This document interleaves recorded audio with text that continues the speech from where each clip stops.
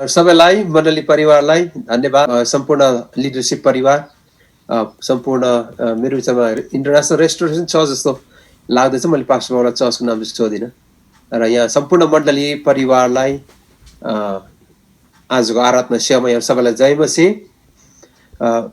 खुसी लाग्यो, पहिलोचोटि युएसमा चाहिँ त्यो एउटा कन्फरेन्स गरे जस्तो लाग्दैछ मलाई।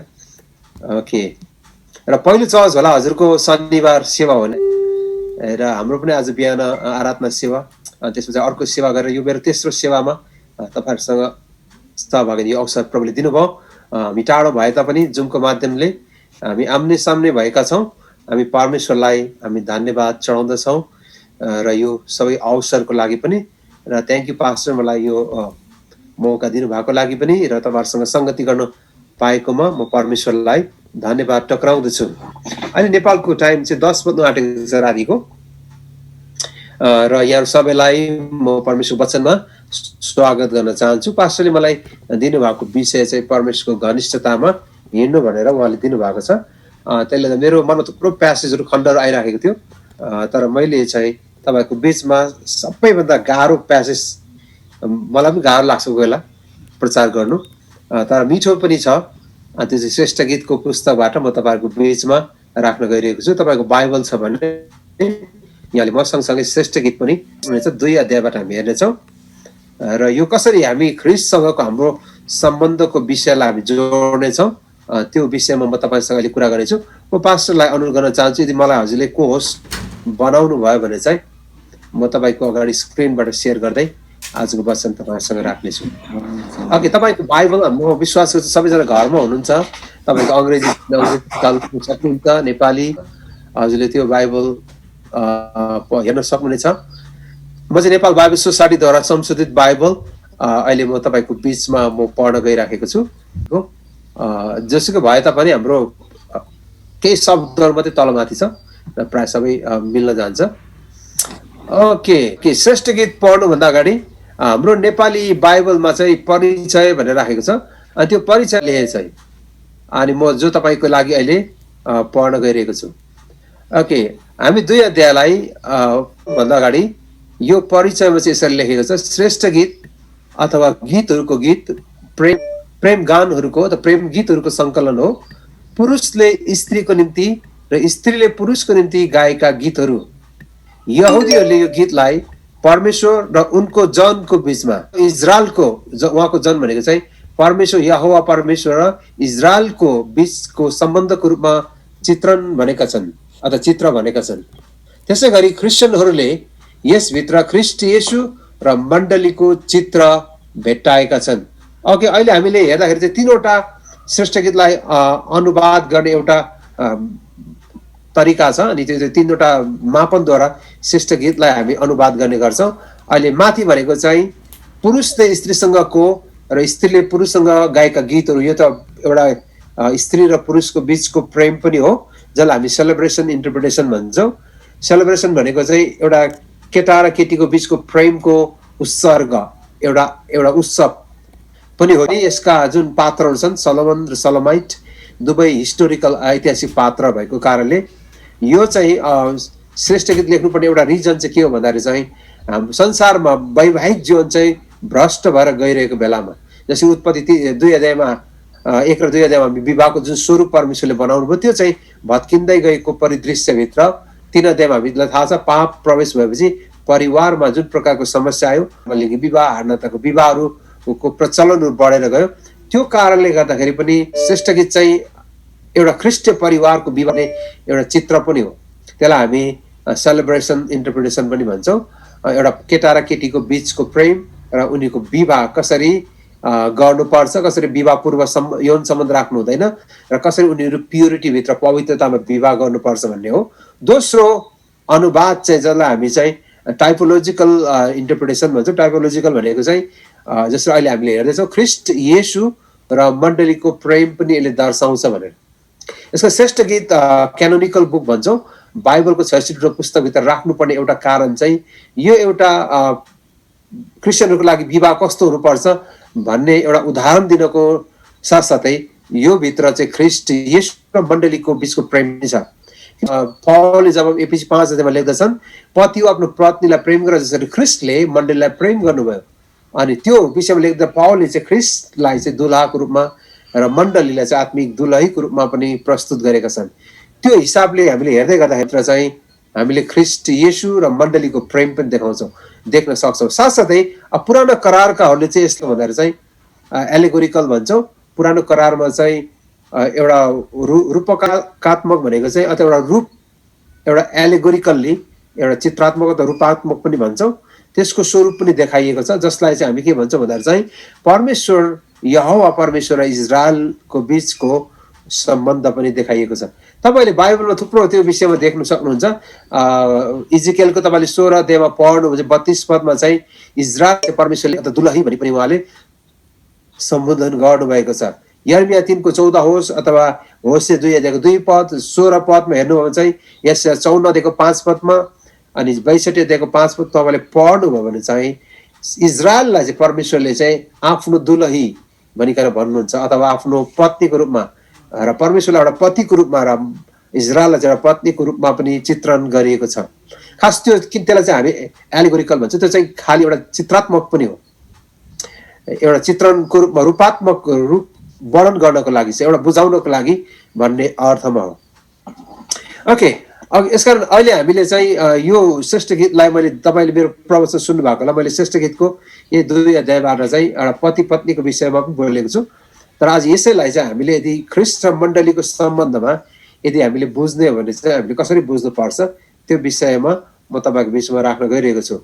अनि यो श्रेष्ठ गीत पढ्दै गर्दा चाहिँ ख्रिस्ट येशू र मण्डलीको प्रेम पनि यसले दर्शाउँछ भनिकन हामी सबैले अथवा बाइबलविदहरूले चाहिँ कुरालाई विश्वास गरेको कारणले गर्दाखेरि चाहिँ अथवा इजरायल र परमेश्वरको प्रेम र नयाँ करारमा हेर्ने भने चाहिँ हामी अहिलेको नयाँ करारको मण्डलीहरूले चाहिँ ख्रिस्ट येशूको प्रेम र आफ्नो मण्डलीप्रति अथवा आफ्नो दुलहीप्रति अथवा आफ्नो जनहरूप्रतिको उहाँको प्रेम र आफ्नो जनहरूले ख्रिस्टप्रति गर्नुपर्ने कर्तव्यको विषयमा पनि श्रेष्ठ गीतले वर्णन गर्छ, जसलाई हामी टाइपोलोजिकल इन्टरप्रिटेसन पनि भन्छौँ। अहिले मैले त्यही प्रकारले तपाईँको बिचमा अनुवाद गर्न गइरहेको छु। ओके, मैले स्क्रिनमा राखेँ जस्तै यसको अहिले तपाईँले बुझ्दै गर्दाखेरि चाहिँ यो पति पत्नीको प्रेम पनि हो। एउटा केटा र केटीले कसरी बिहा गर्नुपर्छ, विवाहभन्दा अगाडि कसरी पवित्र रहनुपर्छ भन्ने छ, कसरी विवाह पछाडि मात्रै यौन सम्बन्धको कुराहरू छन्, त्यो कुरा पनि श्रेष्ठ गीतमा पाउँछौँ भने त्यसको साथसाथै यो श्रेष्ठ गीतलाई पढ्दै गर्दा चाहिँ परमेश्वरसँगको हाम्रो इन्टिमेसी हाम्रो घनिष्ठ सम्बन्ध चाहिँ कस्तो छ त त्यो कुरालाई पनि हामीले अहिले हेर्दै जानेछौँ। यस कारणले गर्दा चाहिँ अहिले मैले तपाईँको विषय राख्न गएको चाहिँ ख्रिस्ट येशू र हामी मण्डलीको उहाँप्रतिको सम्बन्ध चाहिँ कस्तो छ। ओके, अहिले हामी श्रेष्ठ गीतको 2 अध्यायको 1 पद पढ्नेछौँ। हामी एक पद पढ्दै 16 पदसम्म पढ्दै जानेछौँ अथवा भ्याएसम्ममा, नत्र भने हामी 13 पदसम्म चाहिँ पढ्नेछौँ। ओके, 2 अध्यायको 1 पदमा यसले लेख्छ, म त सारोनको गुलाब र बेसीमा उम्रने लिली फुल हुँ। ओके, यो श्रेष्ठ गीतको स्ट्रक्चर भन्छौँ जुन चाहिँ हामी संरचना भन्छौँ, रूपरेखा भन्छौँ, त्यो चाहिँ 2 अध्यायमा चाहिँ छुट्याइदिएको छ। किनकि कुन चाहिँ दुलाले भनेको कुन चाहिँ दुलैले भनेको त्यो सबै छुट्याइदियो। तपाईँको बाइबलमा हेर्नु भने चाहिँ 1 पद चाहिँ प्रेमी अनि 2 पद चाहिँ प्रेमिका अनि 1 पद चाहिँ प्रेमिका छ, 2 पद चाहिँ प्रेमी अनि 3 देखि 13 पदसम्म चाहिँ प्रेमिका भन्दै लेखेको छ। अनि 14 र 15 प्रेमी अनि 16 र 17 चाहिँ प्रेमिका। यसरी स्ट्रक्चर पनि छुट्याइदिएको छ, जसले गर्दा चाहिँ यसको रूपरेखा मैले भनिरहनु अहिले पर्दैन। तर मैले तपाईँको बिचमा भर्स बाई भर्स अहिले हामी पद बाई पद हेर्दै जानेछौँ है त। ओके, पहिलो पदले भन्छ, म त सारोनको गुलाब।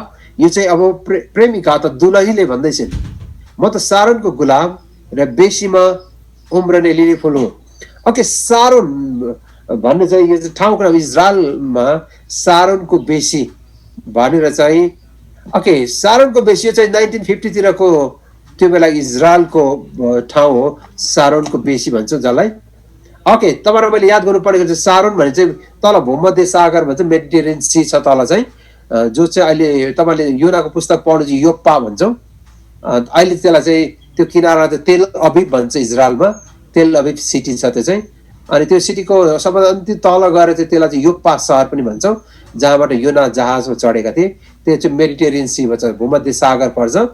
त्यो भूमध्य सागरको त्यो योप्पाको फाँटदेखि उत्तरपट्टिको सम्पूर्ण भाग कर्मेलको डाँडासम्म, उत्तरको त्यो कर्मेल जहाँ चाहिँ हिउँ पर्छ त्यो भागसम्मको त्यो ठुलो मैदानलाई चाहिँ त्यसलाई चाहिँ हामी सारोनको बेसी भन्छौँ। त्यो बेला 1950 को परिदृश्य तपाईँले यो हेर्दै हुनुहुन्छ, त्यो बेला अलिअलि घरहरू यहाँ तल तल देख्दै हुनुहुन्छ, माथि चाहिँ थुप्रै खेतीयोग्य जमिनहरू माथि देख्नुहुन्छ।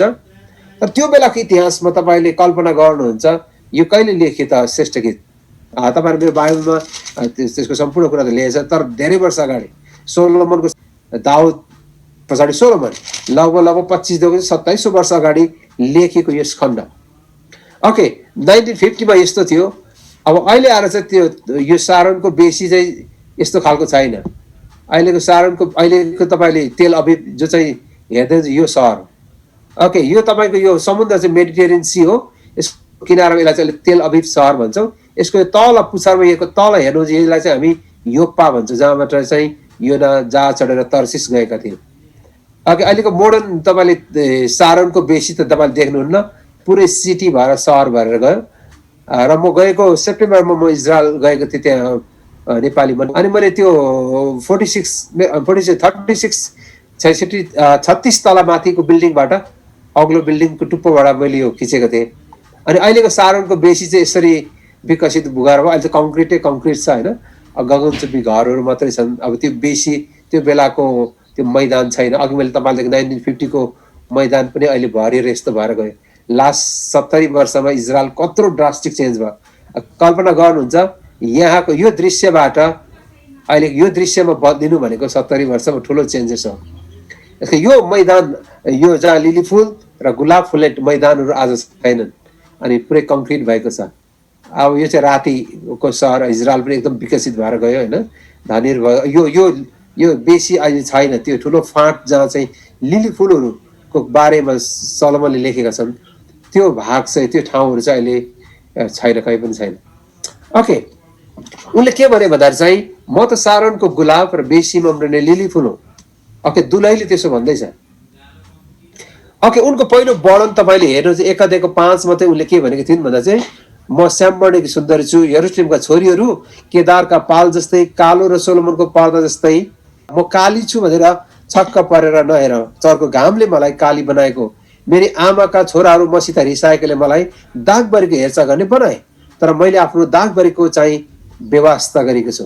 ओके, 1 अध्यायको 5 र 6 पदमा हेर्दै गर्दा चाहिँ हामी के देख्छौँ भन्दा चाहिँ सोलोमनले आफ्नो बारेमा के भनिन् भन्दा चाहिँ म त एकदम काली छु, केदारका पाल जस्तै काली छु, सोलोमनको पालको पर्दा जस्तै म काली छु। यसका मलाई काली छु भनेर छक्क परेर नहेर। ओके, उसको अघिल्लो 1 अध्यायको वर्णनलाई र 2 अध्यायको 1 पद हेर्दाखेरि ठुलो ड्रास्टिक चेन्ज तपाईँहरू देख्छौँ, परिवर्तन। 2 अध्यायमा आउँदाखेरि चाहिँ उनले म सारोनको गुलाब र बेसीमा उम्रने त्यो लिली फुल हो भनिकन उनले आफूलाई तुलना गरेका छन्। ओके, 1 अध्यायको 5 र 6 को उनको आफ्नो बारेको वर्णन र 2 अध्यायको उनले आफ्नो बारेमा गरेको वर्णन चाहिँ आकाश र पतालको फरक छ।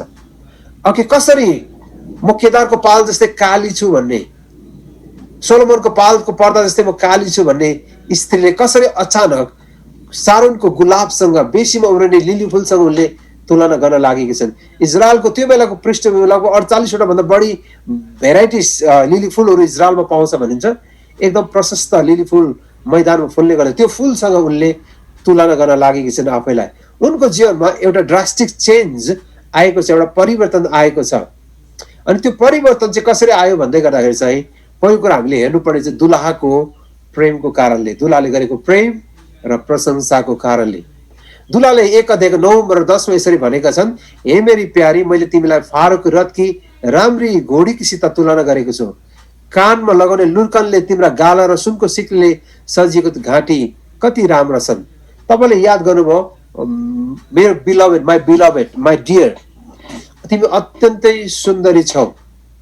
त्यो प्रकारको उनको वर्णनको कारणले गर्दाखेरि चाहिँ, त्यो प्रकारको प्रशंसाको कारणले उनको जीवनमा त्यो परिवर्तन आइरहेको छ भन्ने कुरा चाहिँ हामी यहाँ देख्न सक्दछौँ।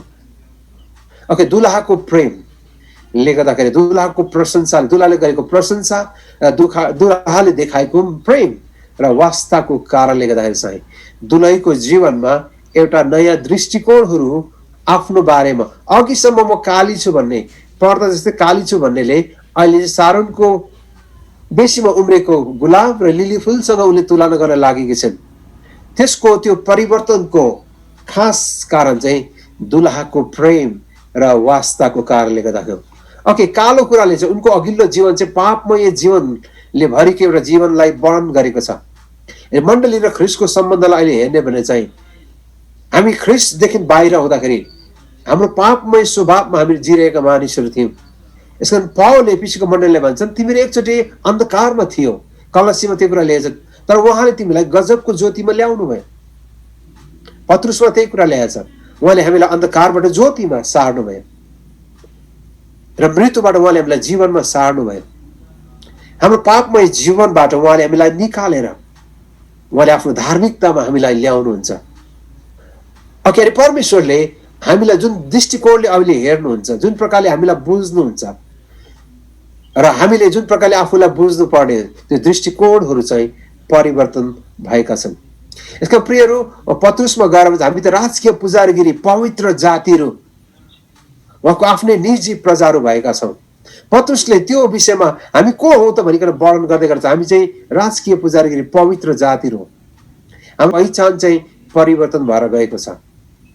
त्यो चाहिँ तपाईँ र मेरो कारणले होइन, तपाईँ र मेरो आफ्नो धार्मिकताले होइन, तर ख्रिस्टको धार्मिकताको कारणले, उहाँको बलिदानको कारणले, उहाँको प्रेमको कारणले, उहाँको आफ्नो मानिसहरू प्रति उहाँको प्रेमको कारणले तपाईँ र मेरो जीवनलाई उहाँले परिवर्तन गर्नुभएको छ।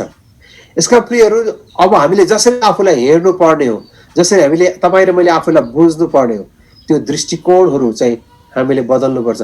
हामी सधैँ म पापले भरिको मान्छे नै हो भनेर सधैँ सम्झिराख्ने होइन, तर उहाँले हामीलाई हेर्ने दृष्टिकोणहरू बदल्नु भएको छ।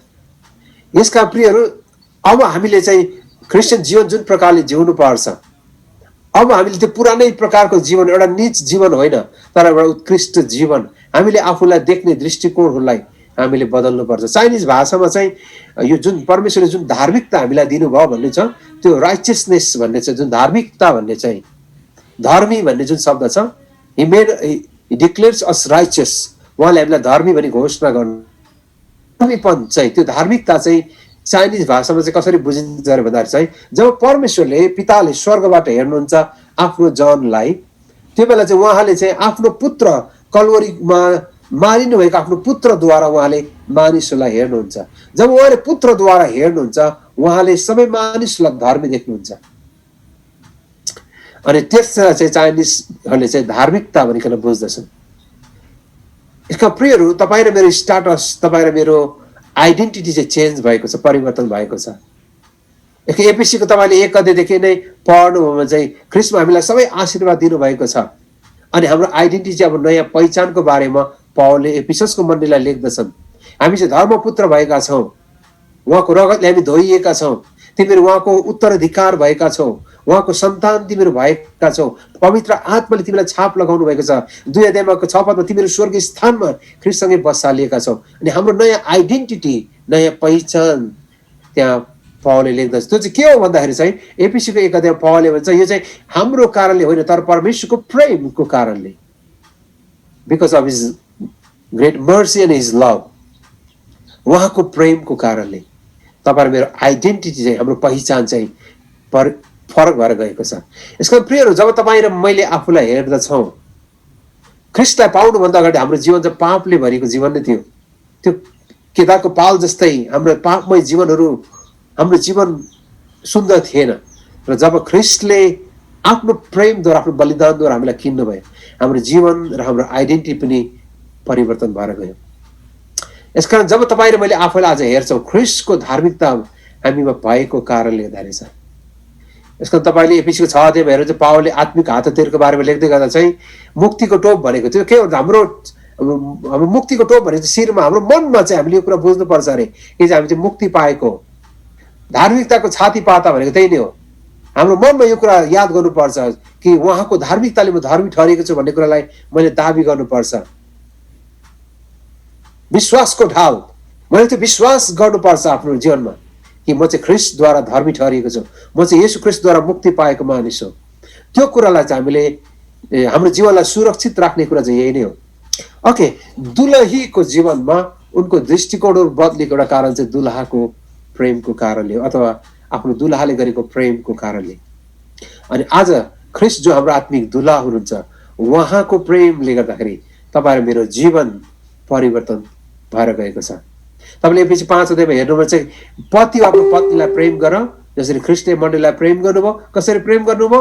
आफ्नो मण्डलीको लागि, आफ्नो दुलहीको लागि आफ्नो जीवन प्राणले त्याग्नुभयो, बलिदान गर्नुभयो। किन गर्नुभयो त्यो कारण पनि दिन्छ, किनकि आफ्नो निम्ति पवित्र चाउरी नभएको प्रतापी मण्डली आफ्नो निम्ति खडा गर्नलाई, एउटा चाउरी नपरेको एउटा सुन्दर दुलही आफ्नो निम्ति तयार गर्नलाई। किन ख्रिस्टले हामीलाई प्रेम गर्नुभयो? किन आत्मिक दुलहा जो ख्रिस्टले आफ्नो मण्डली, आफ्नो दुलहीलाई प्रेम गर्नुभयो? किनकि आफ्नो पवित्र दुलही आफ्नो निम्ति तयार पार्नको लागि। अनि प्रियहरू, तपाईँ र म जो ख्रिस्टको आत्मिक दुलहीहरू हौँ, हामीलाई उहाँले तयार गर्दै हुनुहुन्छ। त्यस पछाडि 2 पदमा अहिले हामी जानेछौँ। 2 पदमा चाहिँ दुलहाले भन्दैछ, अब दुलहाको हाम्रो त्यो स्ट्रक्चर पनि रूपरेखा पनि छुट्याइदिएको छ। अब 2 पदमा चाहिँ प्रेमी भनेर लेखेको छ। दुलहाले भन्नुहुन्छ, हे मेरी प्यारी, तिमी कति सुन्दरी छौ, हो कति सुन्दरी, तिम्रो आँखाहरू ढुकुरका जस्ता छन्। 2 पदमा पढ्दैछ, काँडहरूको माझमा फुलेको लिली फुल झैं, हे मेरी प्यारी, तिमी अन्य कन्याहरूको बीचमा छौ। ओके, तपाईँले याद गर्नुभयो यहाँ 2 अध्यायको 2 पदले के भन्छ? काँडाहरूको बीचमा फुलेकी फुल, काँडाहरूको बीचमा फुलेकी लिली फुल जस्तै मेरी प्यारी अन्य कन्याहरूको बीचमा छिन्। ओके, परमेश्वरले ओके यहाँ अहिले हामीले दुलहालाई हेर्ने भने चाहिँ दुलहाले दुलहीलाई चाहिँ के भन्दैछ? काँडाहरूको माझमा फुलेकी लिली फुल जस्तै तिमी छौ। ओके, तपाईँले कल्पना गर्नुहुन्छ, हामीले फुललाई देख्ने बित्तिकै प्राय चाहिँ अब काँडा चाहिँ देख्छौँ, काँडाहरूको बीचमा फुलेको लिली फुल। यसले के कुरालाई सङ्केत गर्छ भन्दाखेरि चाहिँ दुलहाको हेर्ने दृष्टिकोणहरू, दुलहाले दुलहीलाई जुन प्रकारले देखेका छन्, त्यो चाहिँ उनीभित्र भएका ती बिजाउने कुराहरू, ती पापमय कुराहरू, ती पुराना कुराहरू, नराम्रा कुराहरू होइन, तर एउटा उनीभित्र फुलेको त्यो फुललाई, उनीभित्र त्यो सुन्दरतालाई चाहिँ दुलहाले देख्नु हुँदछ। ओके, काँडाहरूको बीचमा फुलेको फुल। अब मैले वैवाहिक जीवनको विषयमा यो कुरा मैले गरेकै छु। कति हाम्रो वैवाहिक जीवनमा हामी चाहिँ हाम्रो वैवाहिक जीवनको कमजोरी पक्ष मात्र हेर्छौँ, तर यो दुलहाले चाहिँ वैवाहिक जीवनको कमजोरी पक्ष होइन, काँडाहरू बिजाउने कुराहरू होइन, घोच्ने कुराहरू होइन, तर त्यो बीचमा पनि फुलेको त्यो फुललाई उनले विशेष गरी ध्यान दिन्छ। ओके, तपाईँ र मैले याद गर्नुपर्ने महत्त्वपूर्ण कुरा चाहिँ के विषयमा अहिले कुरा गरिरहेछ त? दुलहाको प्रतिक्रिया, उनले आफ्नो दुलहीलाई हेर्ने दृष्टिकोण फरक छ। उनले दुलहीभित्र एउटा सुन्दरता देख्नुहुन्छ, काँडाको बीचमा फुलेकी लिली फुलसँग उनले देख्नुहुन्छ। संसारले हामीलाई देख्ने दृष्टिकोणहरू फरक होला, तर ख्रिस्टले जब तपाईँ र मलाई हेर्नुहुन्छ, उहाँको दृष्टिकोणहरू चाहिँ फरक भएको छ। मलाई यो 15 पद साह्रो मनपर्छ। अघि मैले पढेँ, मेरी प्यारी तिमी कति सुन्दरी छौ। अङ्ग्रेजीमा चाहिँ बिहोल्ड भन्ने शब्द लेखेको छ, बिहोल्ड thou art fair। अनि मलाई एनआईभी को मनपर्ने शब्द how beautiful you are my darling. अनि अङ्ग्रेजीमा चाहिँ थुप्रै शब्द प्रयोग छ, my fair one, my beloved भन्ने शब्द, अनि माई डियर, माई डार्लिङ भन्ने शब्द पनि प्रयोग गरिन्छ। परमेश्वरले जब तपाईँ र मलाई हेर्नुहुन्छ, उहाँले हामीलाई हेर्दाखेरि चाहिँ असल देख्नुहुन्छ। हामीभित्र त्यो सुन्दरता परमेश्वरले देख्नुहुन्छ। यद्यपि हामीभित्र पापमय स्वभाव भए तापनि उहाँको रगतले हामीलाई धुनु भएको कारणले गर्दाखेरि चाहिँ उहाँले तपाईँ र म भित्र एउटा सुन्दरता देख्नुहुन्छ। यसकारण अब यो 2 पदमा हामीले हेर्दै गर्दाखेरि चाहिँ तपाईँले याद गर्नुहुँदैछ नि, दुलहाले चाहिँ आफ्नो दुलहीलाई देख्ने दृष्टिकोण चाहिँ फरक हामी देख्दछौँ। ख्रिस्टले जो कुरा डिक्लेयर गर्नुभयो, अथवा दुलहाले यहाँ जुन कुराहरूको घोषणा गरेका छन्, अघि मैले पढेँ 1 को 15 मा, हे मेरी प्यारी, माई बिलभेड, माई डियर। परमेश्वरले चाहिँ जब आफ्नो मण्डलीलाई बोलाउनुहुन्छ, प्रिय भनिकन बोलाउनुहुन्छ, किनकि आफ्नो रगतले किन्नु भएको आफ्नो मण्डलीलाई तपाईँ र मलाई जब ख्रिस्टले हेर्नुहुन्छ, एउटा प्रिय, आफ्नो प्रिय पुत्रको रूपमा, आफ्नो प्रिय दुलहीको रूपमा उहाँले हामीलाई देख्नुहुन्छ। यसको प्रिय संसारले हाम्रो बारेमा के भन्छ त्यसको बारेमा हामीले ख्याल गर्नुपर्ने कुनै कारण छैन, तर परमेश्वरले चाहिँ हामीलाई आफ्नो प्रिय भनिकन बिलभेड भनिकन उहाँले बोलाउनुहुन्छ। तपाईँले याद छ जब येशू ख्रिस्ट बप्तिस्मा लिएर बाहिर आउनुहुन्छ, स्वर्गबाट एउटा आवाज आउँछ, यिनी मेरा प्रिय पुत्र हुने, he is my beloved son. Okay, आजको यस खण्डमा तपाईँले याद गर्दै हुनुहुन्छ, मेरो प्रिय, माई बिलभेड वान। ख्रिस्टले जब आफ्नो दुलहीलाई हेर्नुहुन्छ, एउटा सुन्दर दुलहीको रूपमा हेर्नुहुन्छ। प्रियहरू, तपाईँहरू मेरो जीवन जसोसुकै भए पनि जब परमेश्वरले तपाईँ र मलाई हेर्नुहुन्छ र तपाईँ र म भित्र त्यो सुन्दरता उहाँले पाउनुहुन्छ। हो, हाम्रो जीवनमा थुप्रै काँडा होलान्, थुप्रै बिजाउने कुरा होला, थुप्रै पापमय स्वभावहरू होलान्, तर परमेश्वरले हाम्रो पापमय स्वभाव हेर्नु। कसैले यसरी भनेका छन्,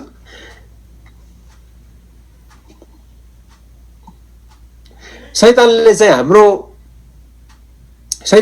नाम थाहा छ अरे, तर पनि शैतानले चाहिँ हामीलाई हाम्रो पापको स्वभावबाट बोलाउँछ अरे। तर परमेश्वरले चाहिँ हाम्रो पाप थाहा छ अरे, तर परमेश्वरले चाहिँ हाम्रो नाउँद्वारा हामीलाई बोलाउनुहुन्न। शैतानलाई चाहिँ हाम्रो नाम थाहा छ र पनि उसले चाहिँ हाम्रो पापको स्वभावबाट बोलाउँछ अरे, तर परमेश्वरले चाहिँ हाम्रो पाप थाहा छ तर पनि उहाँले हाम्रो नाउँद्वारा हामीलाई बोलाउनुहुन्छ। ओके, ख्रिस्टले जब हामीलाई हेर्नुहुन्छ, उहाँले आफ्नो दुलहीलाई, आफ्नो मण्डलीलाई पवित्र, एउटा प्रिय, एउटा सुन्दर मण्डलीको रूपमा उहाँले देख्नुहुन्छ। ओके, त्यो चाहिँ हेर्ने दृष्टिकोणको विषयमा। अब 3 पदमा हामीहरू जानेछौँ। वनमा भएका रुखहरू मध्ये स्याउको रुख जस्तै पुरुषहरूको बीचमा मेरो प्रेमी हुनुहुन्छ, त्यस छारीमा म बडो आनन्दले बस्छु अनि उहाँको फलको स्वाद मलाई साह्रै मिठो लाग्छ। ओके, यहाँ स्याउसँग तुलना गरेको छ, एउटा उत्तम प्रकारको एउटा सुन्दर एउटा फलसँग उसले तुलना गरेका छन् र उसले के भन्छन् भन्दा चाहिँ त्यस छारीमा म बडो आनन्दले बस्छु। ओके, छारीले जहिले पनि सुरक्षा, न्यानोपन, शीतलतालाई जहिले पनि त्यसले प्रज्वलित गर्दछ, किनकि उनले चर्को घाममा काम गरिरहेको छिन्। तपाईँले 1 पदमा पढ्नु, 1:5 अघि हामीले पढ्यौँ, उसले के भन्छ भन्दा मलाई चर्को घामले गर्दा म डढेर काली भएको छु। उनले अहिले कहाँ काम गरिरहेको थिइन्, चर्को घाममा उनले काम गरिरहेको छिन्, तर उनले चाहिँ दुलहालाई चाहिँ एउटा शीतल रूपमा, एउटा छारीको रूपमा उनले अनुभव गर्दछ। अनि उनले यसरी भन्छ, म उनकै छारीमा बडो आनन्दले बस्छु र उहाँको फलको स्वाद मलाई साह्रै मिठो लाग्छ। उनले चाहिँ दुलहीले चाहिँ दुलहाको बारेमा भन्दैछ। ओके, दुलहासँगको उनको घनिष्ठताले उनले भित्र आनन्दको अनुभव गरेको छ कि हामी ख्रिस्टको सम्बन्धभित्र त्यो आनन्दको अनुभव गर्छौँ। यो ख्रिस्टसँगको हाम्रो सम्बन्धभित्र के हामीहरू सुरक्षित महसुस गर्छौँ। आज तपाईँ र म ख्रिस्टको दुलहीहरू, ख्रिस्ट जो हाम्रो आत्मिक दुलहा हुनुहुन्छ, तपाईँको उहाँसँगको सम्बन्ध चाहिँ कस्तो छ? कि तपाईँ उहाँको सम्बन्धलाई आनन्द गर्दै हुनुहुन्छ कि तपाईँ उहाँको संगतिमा आनन्द गर्नुहुन्छ? यदि तपाईँ आफ्नो दुलहाको सम्बन्धभित्र घनिष्ठतामा हुनुहुन्छ भने उहाँको संगतिलाई तपाईँले मन पराउनुहुन्छ, तपाईँलाई उहाँको छारीमा तपाईँलाई आनन्द लाग्छ, उहाँको फलको स्वाद तपाईँलाई मिठो लाग्छ। एउटा चाहिँ विश्वासीको घनिष्ठता परमेश्वरसँग छ कि छैन भन्ने कुराको एउटा नाप्ने कुरा चाहिँ के छ भन्दाखेरि चाहिँ त्यो चाहिँ हो तपाईँ र हामी मण्डलीमा परमेश्वरको वचन सुन्ने कुराहरूलाई कतिको मन पराउँछौँ। त्यो कुराबाट तपाईँ र मेरो इन्टिमेसी विथ गड, परमेश्वरसँगको घनिष्ठतालाई त्यसले प्रश्न पार्छ। धेरैजना उहिले चाहिँ हाम्रो नेपालमा, इन्डियामा एउटा भन्ने चलन थियो, जवानहरू चाहिँ वर्षीमा एकदम एक्साइटेड हुन्छ अरे, तर आराधना गरिसकेपछि वचन सुन्ने बेलामा चाहिँ फुतु मण्डलीबाट निस्केर गइहाल्छन्। आराधनासम्म, गीत गाउने बेलासम्म सबैजना जोसिन्छन्, तर जब वचनको भाग आयो सबैजना निस्केर गइहाल्छन्। त्यसले यो कुरा प्रमाणित गर्छ कि उनीहरूको परमेश्वरसँगको घनिष्ठता चाहिँ छैन। किनकि जहाँ परमेश्वरसँगको घनिष्ठता छ, हामी उहाँको वचनलाई पनि हामी प्रेम गर्छौँ, हामी उहाँको संगतिलाई मन पराउँछौँ, उहाँको छारीमा हामीलाई आनन्द लाग्छ, उहाँसँगको सम्बन्धभित्र हामी सुरक्षित महसुस गर्छौँ, आनन्दको महसुस गर्छौँ, अनि उहाँको वचनहरू हामीलाई मिठो लाग्छ। यहाँ चाहिँ दुलहा चाहिँ सन्तुष्ट छन् के दुलै चाहिँ आफ्नो दुल्हासँग सन्तुष्ट छन् र उहाँसँगको सम्बन्धभित्र उनले रमाहाट गर्न सुरु गरेकी छिन्। अनि आज तपाईँ र म मण्डली ख्रिस्टको दुलैहरू चाहिँ, तपाईँ र म ख्रिस्टको दुलै चाहिँ हाम्रो ख्रिस्ट जो हाम्रो दुल्हा हुनुहुन्छ उहाँसँगको सम्बन्ध चाहिँ हाम्रो कस्तो छ? के तपाईँ र म उहाँसँगको सम्बन्धलाई मन पराउँछौँ? के उहाँको मन, तपाईँ के आफ्नो मण्डलीलाई प्रेम गर्नुहुन्छ? तपाईँको मन वचन सुन्नलाई कति तपाईँ आतुर हुनुहुन्छ? तपाईँ र म कति धेरै परमेश्वर, हामी कति धेरै हाम्रो दुल्हासँग समय बिताउँछौँ? तपाईँलाई आराधना कति मनपर्छ? बाइबल कतिजना चाहिँ आराधना मन पराउँछ तर बाइबल पढ्ने कुरा चाहिँ हुँदैन। कसरी यसरी भनेका छन्, बाइबल चाहिँ परमेश्वरको हामीलाई दिएको एउटा प्रेम पत्र जस्तै हो। उहाँले हामीलाई दिनुभएको सबैभन्दा सुन्दर कुरा चाहिँ उहाँको वचन नै हो। तर के तपाईँ र म उहाँको वचनलाई प्रेम गर्छौँ? क्वेसन चाहिँ यही नै छ। भन्छ 119:103ले भन्दछ, तपाईँका वचनहरू, अघि यहाँ स्क्रिनमा पनि छ, तपाईँका वचनहरू मेरो जिब्रोको निम्ति अति स्वादिष्ट छन्, महभन्दा पनि मेरो मुखमाथि बढी मिठा छन्। भजनकारले भन्छ तपाईँको वचन चाहिँ मेरो लागि महभन्दा पनि मिठो छ। प्रियहरू, क्वेसन चाहिँ तपाईँ मेरो लागि यही नै छ, के तपाईँको जीवनमा परमेश्वरको वचन चाहिँ तपाईँलाई मनपर्छ? के तपाईँको येशूसँगको हिँडाइ मिठो छ? के तपाईँलाई उहाँको वचनहरू मन पर्छन्? के तपाईँ र हामी परमेश्वरको वचन सुन्नलाई मन पराउँछौँ? भन्छ र 34:8ले भन्दछ, चाखी हेर, उहाँलाई जाँचेर हेर, चाखी हेर उहाँ कति भलो हुनुहुन्छ। तपाईँ मेरो जीवनमा ख्रिस्टसँगको सम्बन्धमा हामीले यदि चाखेका छौँ भने, ख्रिस्टको प्रेम चाखेका छौँ भने तपाईँ मेरो जीवनमा चाहिँ उहाँसँगको सम्बन्ध चाहिँ कस्तो छ? के मिठो छ? कि तपाईँ र म ख्रिस्टसँगको सम्बन्धभित्र, क्रिस्चियन जीवनभित्र के हामीले आनन्द गर्न सकेका छौँ? त्यस पछाडि 4 पदमा यसरी लेखेको छ, उहाँले मलाई भोजको गृहमा लानुभएको छ र ममाथि भएको उहाँको झन्डा प्रेम हो। ओके, उहाँको झन्डा प्रेम हो। झन्डाले जहिले पनि विजयलाई सम्झना गराउँछ। तपाईँले देख्नु भएको होला, जब कुनै पनि मानिसले विजय प्राप्त गर्छ झन्डा फहराउने गरिन्छ, चाहे त्यो ओलम्पिकमा होस्। तपाईँ ओलम्पिकमा जानु भएको होला, जुन देशले जित्छ त्यो देशको झन्डा चाहिँ फहराइन्छ। झन्डाले जहिले विजयलाई देखाउँदछ, विजयको चिन्हलाई देखाउँछ। यहाँ चाहिँ ममाथि उहाँको झन्डा प्रेमको, त्यो झन्डा चाहिँ प्रेम हो, अथवा दुल्हाले गरेको प्रेम जो चाहिँ प्रकट भएको छ, त्यो विजय जस्तै त्यो प्रकट भएको छ, बाहिर देखिएको छ। ख्रिस्टको प्रेम, अब ख्रिस्ट र मण्डलीको सम्बन्ध हेर्ने हो भने ख्रिस्टको प्रेम चाहिँ तपाईँ र मेरो जीवनमा प्रकट भएको छ। परमेश्वरको प्रेम जो कलवरीमा प्रकट भएको छ, तपाईँ र मेरो निम्ति, तपाईँ र मलाई प्रेम गरेको कारण उहाँले आफ्नो प्रेम यसैमा प्रमाणित गर्नुभयो। रोमीको 8:5 त्यही कुरा भन्छ, परमेश्वर आफ्नो प्रेम यसैमा प्रमाणित गर्नुभयो। उहाँले हामी जस्तो पापले भरेको मानिसलाई उहाँले प्रेम गर्नुभयो, उहाँ शर्माउनु भएन, उहाँले कलवरीमा प्रकट गर्नुभयो। अनि हामी उहाँको विजयभित्र उहाँले हामीलाई लैजानु भएको छ। अनि जुन विजयभित्र आनन्द छ, भोजको गृहले जहिले पनि आनन्दको ठाउँ। तपाईँले कुनै मान्छेले तपाईँलाई खाना खानु लग्यो भने तपाईँलाई कस्तो लाग्छ? तपाईँ के रुँदै जानुहुन्छ खाना खाने ठाउँमा? तपाईँ धेरैचोटि अब युएसतिर चाइनिज बफेटतिर जानुहुन्छ, अहिले जानुहुन्न होइन? कोही हुन्छ चाइनिज बफेटमा गएपछि, मेक्सिकन बफेटमा, अमेरिकन बफेटमा जाँदा कोही रुँदै जान्छ? हजुर, बफेटमा पस्ने मान्छे, त्यो गृह भोजको गृह हो नि, त्यहाँ पस्ने मान्छे रुँदै जान्छ र जाँदैन? त्यहाँ चाहिँ आनन्दको कुरा हो। त्यो चाहिँ रमाहटको उत्सवको समय हो। त्यो उत्सवभित्र दुल्हाले आफ्नो दुलैलाई लानुहुन्छ। प्रियहरू, ख्रिस्टसँगको हाम्रो सम्बन्ध चाहिँ एउटा उत्सव पनि हो। यसका हामी आराधनाको सेवा, तपाईँ पनि शनिबार गर्नुहुन्छ, कति ठाउँ आइतबार गर्छन्। आराधना चाहिँ हाम्रो परमेश्वरसँगको सेलिब्रेसन हो, उत्सव हो, जहाँ हामी उहाँको प्रेमलाई हामी उत्सर्गमा, त्यो विजयलाई हामी उत्सव मनाउँदछौँ।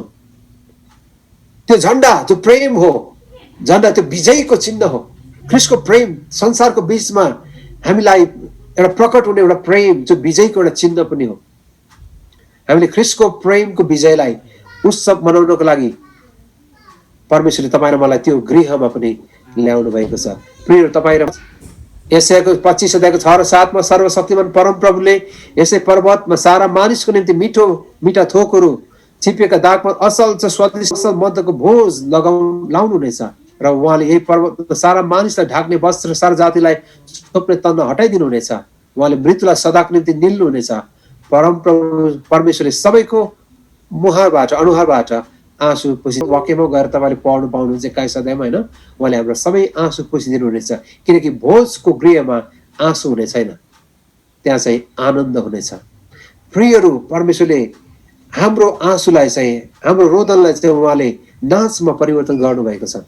यसको जब हामीले आफ्नो दुलहाको प्रेमको बारेमा सम्झना गर्छौँ त्यहाँ चाहिँ क्रुसको कष्टदायी कुरालाई मात्रै हामी सम्झँदैनौँ, तर हामीले चाहिँ त्यो भित्र भएको विजयलाई हामीले देख्दछौँ, जुन विजयमा हामी रमाहाट पनि गर्दछौँ। 5 पद, मलाई सजीव पार्न किसमिसको प्रकार दिनुहोस्, स्याउले मलाई ताज बनाउनुहोस् किनभने म प्रेमले शिथिल भएको छु। Strengthen me with the raisin and refresh me with apple, for I am fed with your love, fed with love. Okay, यो जुन प्रकारको शब्द यहाँ प्रयोग गरिएको छ स्ट्रेन्थ मी भनेर मलाई नेपालीमा चाहिँ सजीव पार्नुहोस् भनेको छ। मलाई चाहिँ सामर्थ्यवान बनाउनुहोस्। ओके, कतिवटा अनुवादमा चाहिँ यो जुन रिजन भन्ने छ नेपालीमा चाहिँ किसमिस भनेको छ। अनि यो किसमिस स्याउ चाहिँ कतिले चाहिँ डेजर्टको रूपमा पनि भनेर अनुवाद गरेको रहेछ।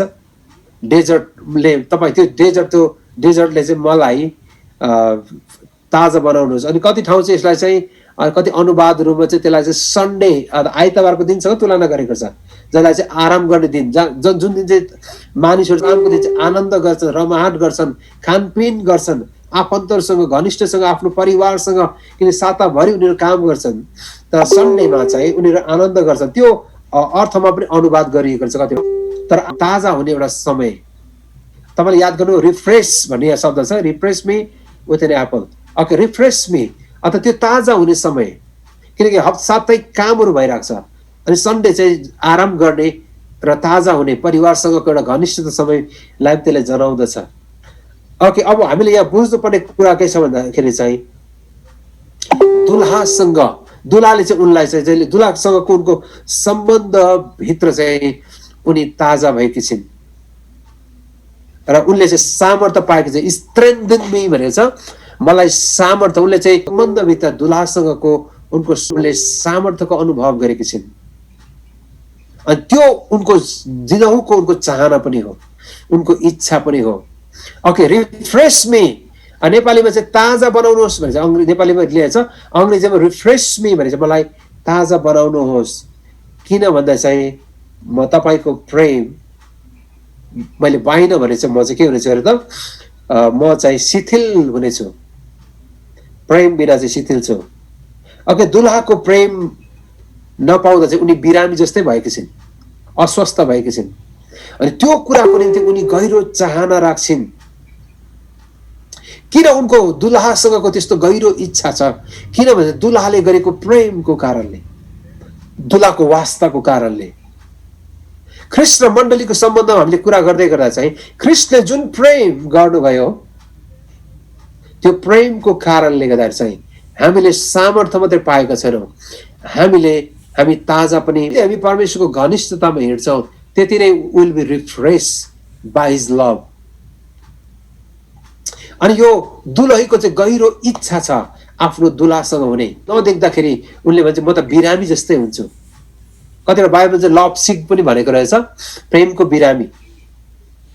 हेर्नुहोस्, म त तपाईँको नजिक हुन पाइनँ भने त, तपाईँले मलाई ताजा बनाउनु भएन, मलाई सामर्थ्य दिनु भएन भने त म त बिरामी हुन्छु भन्छ। यो कुराले जनाउँदछ उनको इन्टिमेसी, उनको घनिष्ठतालाई यहाँ जनाउँदछ, उनको आफ्नो दुल्हासँगको घनिष्ठता। ओके, मण्डलीहरू, तपाईँ र म ख्रिस्टको दुलहीहरू चाहिँ, हाम्रो दुल्हा जो ख्रिस्ट हाम्रो दुल्हा हुनुहुन्छ, के तपाईँ र हामी आज ख्रिस्ट परमेश्वरसँग प्रार्थना गर्दैछौँ, भन्छ प्रभु तपाईँले मलाई सधैँ सामर्थ्य दिनुहोस्, तपाईँले मलाई सधैँ ताजा बनाउनुहोस्, तपाईँको प्रेम बिना त म एकछिन पनि जिउन सक्दिनँ। अघि मलाई चाहिँ भाइले त्यो गीत पनि गाउँदै हुन्छ आराधनामा, होइन, तपाईँको प्रेम बिना भने। ओके, दुलहीले के भन्दैछ भने तपाईँको प्रेम पाइन भने त म त बिरामी हुन्छु। त्यसको अर्थ यही नै हो, म तपाईसँग कति घनिष्ठतामा जिउन चाहन्छु, म कति नजिक हुन चाहन्छु। आज मण्डली ख्रीष्टको दुलहीहरू तपाईँ र ख्रीष्टसँगको हाम्रो घनिष्ठतामा हामी कहाँ छौँ? कि हामी त्यही प्रभु तपाईको प्रेम बिना त म जिउन सक्दिनँ, यसकारण तपाईँले मलाई ताजा बनाउनुहोस्। स्ट्रेन्थन मी ओ लर्ड, रिफ्रेश मी, किनकि म तपाईँको प्रेम बिना आफै केही गर्न सक्दिनँ। मलाई तपाईँको प्रेमले ताजा बनाउनु। तपाईँ र म ख्रीष्टको दुलहीहरू, उहाँसँगको हाम्रो सम्बन्ध पनि त्यसरी नै प्रगाढ हुन सकोस्। किन भन्दा चाहिँ दुलहाले प्रेम भन्छ र 8:4 भन्छ मानिस के हो र तपाईँ त्यसको वास्ता राख्नुहुन्छ, मानिसको छोरो के हो र तपाईँ त्यसको फिक्री गर्नुहुन्छ। किन परमेश्वरले फिक्री गर्नुहुन्छ मानिसको? किन फिक्री गर्नुहुन्छ? किन ख्रीष्ट येशूले आफ्नो मण्डलीको लागि मरिमेट्नुहुन्छ? किन उहाँले हामीले यति धेरै वास्ता गर्नुहुन्छ? किन यति धेरै परमेश्वर हाम्रो बारेमा फिक्री गर्नुहुन्छ? किनकि उहाँले हामीलाई प्रेम गर्नुहुन्छ। प्रियहरू, त्यसको रेस्पोन्स चाहिँ प्रतिक्रिया चाहिँ हामीले दिनुपर्छ। 6 पदले भन्छ उहाँको देब्रे हात मेरो शिरमुनि छ र उहाँको दाहिने हातले मलाई अङ्गालो हालेको छ। ओके, तपाईँले याद गर्नुपर्ने कुरा चाहिँ उहाँको हातले मलाई अङ्गालो हालेको छ। जहिले पनि अङ्गालो चाहिँ न्यानोपन र सुरक्षालाई जनाउँदछ, अर्को चाहिँ घनिष्ठतालाई जनाउँदछ। हामी कुनै पनि मानिसलाई, नचिनेको मान्छेलाई गएर गम्लङ्गे अङ्गालो चाहिँ कसैलाई मार्दैनौँ। प्रिय, तपाईँले बाटो हिँड्दा हिँड्दै कुनै नचिनेको मान्छेलाई अङ्कमाल गर्नु भने के हुन्छ? त्यो मान्छे पनि तर्सिन्छ। अनि त्यो मान्छेको रियाक्सन तपाईँलाई थाहा छ कस्तो रियाक्सन जनाउँछ। सायद झगडा पनि हुनसक्छ, तपाईँले कसरी मलाई यसो गर्नुभयो भनेर। कल्पना गर्नु चाहिँ दाजुभाइ, तपाईँले कुनै पनि दिदीबहिनीलाई बाटोमा हिँडेको दिदीबहिनीलाई अङ्कमाल गर्नुभयो भने के जनाउँछ? तपाईँले रिलेसनसिप बिना, घनिष्ठता बिना त्यो कुरा कहिले पनि हामी गर्न सक्दैनौँ। जोसँग हाम्रो घनिष्ठता छ, नजिकता छ, हामी उसँग अङ्कमाल गर्छौँ। अब अमेरिकातिर अलिक कल्चरली अलि अप्ठ्यारो होला, तर नेपालतिर त स्टिल हामी मिल्ने साथीसँग चाहिँ अङ्कमाल गरेर हामी हिँडिहाल्छौँ होइन। त्यसले चाहिँ यो कुराले के देखाउँदैछ भने घनिष्ठतालाई पनि देखाउँछ। उनीहरूको बिचको रिलेसनसिप चाहिँ, सम्बन्ध चाहिँ कति घनिष्ठ छ, दुला र दुलहीको सम्बन्ध कति घनिष्ठता छ। दाहिने हातले चाहिँ जहिले पनि इजरायलको कन्टेक्स्टमा दाहिने हातले चाहिँ विश्वासयोग्यता र इमान्दारितालाई पनि जनाउँदछ। अत दुलाको इमान्दारिताको प्रेम, वास्ता गर्ने प्रेम, बिना स्वार्थको प्रेम दुलाले आफ्नो दुलहीलाई खन्याउनु हुँदछ। यसकारण त्यो दुलहाको प्रेमभित्र दुलही चाहिँ सुरक्षित छ। ओके, हामी मण्डलीहरू, हामी ख्रीष्टको दुलहीहरू, आत्मिक दुलहीहरू, के तपाईँ र मैले त्यो घनिष्ठताको अनुभव गरेका छौँ? तपाईँ र म विश्वासयोग्य नभए पनि हाम्रो दुलहा जो ख्रीष्ट दुलहा हुनुहुन्छ, उहाँ सधैँ विश्वासयोग्य हुनुहुन्छ। यसकारण प्रियहरू, परमेश्वर कहिले पनि झुट नबोल्नु हुने परमेश्वर भनेको हिब्रूको 6 अध्यायको तपाईँले 18-19 देख्नुहुन्छ। परमेश्वरको स्वभाव चाहिँ उहाँ चाहिँ कहिले पनि झुट नबोल्नु हुने, उहाँ विश्वासयोग्य परमेश्वर हुनुहुन्छ। यसका हामी झुट बोल्छौँ होला, तर उहाँ कहिले झुट नबोल्नु हुने परमेश्वर हुनुहुन्छ। त्यो चाहिँ उहाँको विश्वासयोग्यता, जसले हामीलाई अङ्कमाल गर्नु, अङ्गालो हाल्नु भएको छ। अथवा यसकारण परमेश्वरले चाहिँ हामीलाई, विश्वासयोग्य परमेश्वरले उहाँले अङ्कमाल गर्नुभएको छ, सुरक्षित राख्नुहुन्छ। उहाँको प्रतिज्ञा, उहाँको करारभित्र उहाँ सधैँ स्थिर रहनुहुन्छ। तपाईँ र मैले परमेश्वरलाई छोड्न सकौँला, तपाईँ र म विश्वासबाट हामी पछि हट्न सकौँला, तर परमेश्वरले आफ्नो प्रेम तपाईँ र हामीबाट कहिले हटाउनुहुन्न। उहाँको विश्वासयोग्यता हामीसँग सदा उहाँले राख्नुहुन्छ। त्यस पछाडि चाहिँ 7 पद चाहिँ यरुशलेमका छोरीहरू, म तिमीलाई आज्ञा गर्छु, मैदानको मुडुली मृग र हरिणको नाउँमा आफूले नचाहेसम्म प्रेमलाई नउठाऊ र नजगाऊ। अब यो 7 पद चाहिँ तपाईँले हेर्नु भने चाहिँ प्रेमिकाले चाहिँ यरुशलेमका छोरीहरूलाई गरेको अनुरोध छ। नेपालीमा चाहिँ यो छैन चाहिँ, एनआइभी बाइबलमा पनि ओके कतिवटा बाइबलहरूमा चाहिँ बिहोल भन्ने शब्द पनि राखेको छ, बिहोल, हेर भनेर। यरुशलेमका छोरीहरू हेर, त्यो चाहिँ ध्यान आकर्षण गर्ने कुराहरू। अङ्ग्रेजी चाहिँ बिहोल भन्यो भने चाहिँ जहिले पनि एकदम एटेन्सन, उसको ध्यानलाई खिच्न खोजेको कुरा हो। ओके, यहाँ के कुराले दुलहासँगको प्रेमलाई जगाउन होइन, यसलाई पर्खन पर्छ। नचाहेसम्म भन्नाले चाहिँ प्रेम गर्ने कुरा चाहिँ कर्म होइन, तर प्रेम वर्णलाई पर्खन र चाहना हामीले गरिराख्नु पर्ने कुरा हो। यरुशलेमको छोरीहरूलाई दिएको सल्लाह विवाहमा चाहिने बाइबलीय करारको तरिकाहरू भन्दा अरू कुनै तरिकाले जबरजस्ती नगर भन्ने अर्थमा पनि यरुशलेमको छोरीहरूलाई चाहिँ दिएको अर्थ पनि छ। प्रेम चाहिँ हृदयबाट आउने कुरा हो, करले गर्ने कुरा चाहिँ होइन, नचाहेसम्म भन्ने छ नि। प्रियहरू, हामी करले परमेश्वरको प्रेमलाई रेस्पोन्स दिन सक्दैनौँ, तर तपाईँहरू मैले याद गर्नुपर्ने यो चाहिँ तपाईँ मेरो भित्र हृदयबाट आउने कुराहरू, हाम्रो हृदयको अन्तस्करणबाट आफै जाग्नु पर्ने कुराहरू, करबाट हुने कुराहरू होइन। तपाईँ र मैले तपाईँलाई कहिले भन्नु सक्दिनँ तपाईँले परमेश्वरलाई प्रेम गर्नुहोस् भनेर मैले भनिरहेर तपाईँले प्रेम गर्नु सक्नुहुन्न मैले भनेको कारणले।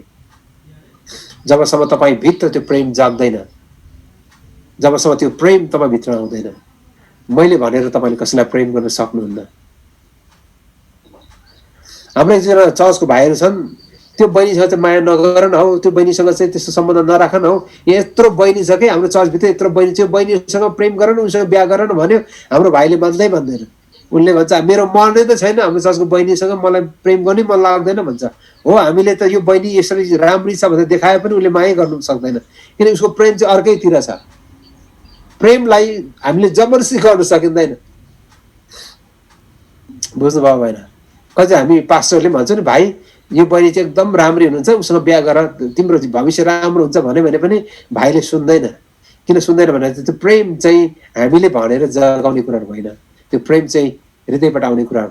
समय आउँछ त्यो भाइले आफै कुनै कहाँ गएर कुन बहिनीलाई मन पराउँछ, हामीले कल्पनै गरेको हुँदैन कहाँबाट उनीहरूको प्रेम कहाँ बसिरहेको हुन्छ।